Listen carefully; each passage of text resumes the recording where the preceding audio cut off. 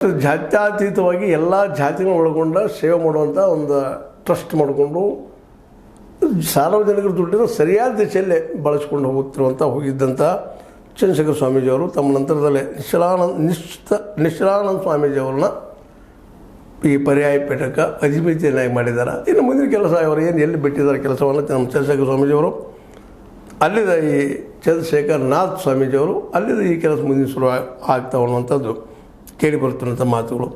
ಈ ಸಂದರ್ಭದಲ್ಲೇ ವಿಶೇಷವಾಗಿ ಇವ್ರ ಎಜುಕೇಷನ್ ಬಗ್ಗೆ ಬಿಕಾಮ್ ಆಗಿತ್ತು.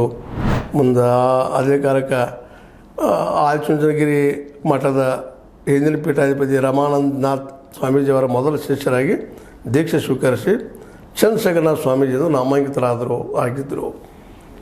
ಎಲ್ಲ ನೆಲೆಯಲ್ಲೇ ನಮ್ಮ ಈ ಆದಿಚುಂಚನಗಿರಿ ಜೋಡಿ ಸಂಬಂಧ ಇದ್ದರು. ಅಲ್ಲೇ ಅವ್ರಿಗೇನೋ ಯಾವುದೋ ಕಾರಣಕ್ಕೆ ಪೀಠಾಧಿಪತಿ ಥರ ಸಿಗಲಿಲ್ಲಂದಾಗ ಪರ್ಯಾಯ ಒಂದು ಪೀಠ ಸ್ಥಾಪನೆ ಮಾಡಿದ್ರು. ಅದಕ್ಕೆ ಕಾರಣೀಕರ್ತರಾದವರು ನಮ್ಮ ಎಚ್ ಡಿ ದೇವೇಗೌಡರು, ಅವ್ರ ಮಕ್ಕಳು ಆದರು. ಅದ ನಂತರದ ಮತ್ತೇನೋ ದೂರ ಸರಿದು ಮತ್ತೆ ಕೂಡಿದ್ರು. ಇವತ್ತು ಅನಿವಾರ್ಯ ಇಲ್ಲಪ್ಪ ಒಂದು ಮಠ ಬೇಕು ನಮಗೂ ಅನ್ನೋ ಕಾರಣಕ್ಕಾಗಿ ಅದ್ರ ಜೊತೆಗೂ ಸಂಪರ್ಕ ಹೊರಟಿದ್ರು.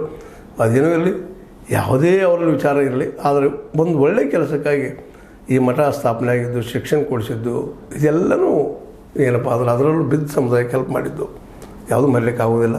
ಇಂಥ ಸ್ವಾಮೀಜಿಯವರು ಸಣ್ಣ ಪುಟ್ಟ ದೋಷಗಳು ಇರ್ಬೋದು, ದೋಷ ಯಾರಲ್ಲಿಲ್ಲ, ತಪ್ಪಿಲ್ಲ ಇಲ್ಲದವ್ರು ಯಾರಿದ್ದಾರೆ, ಎಲ್ಲರೂ ತಪ್ಪು ಮಾಡೋರಲ್ಲ.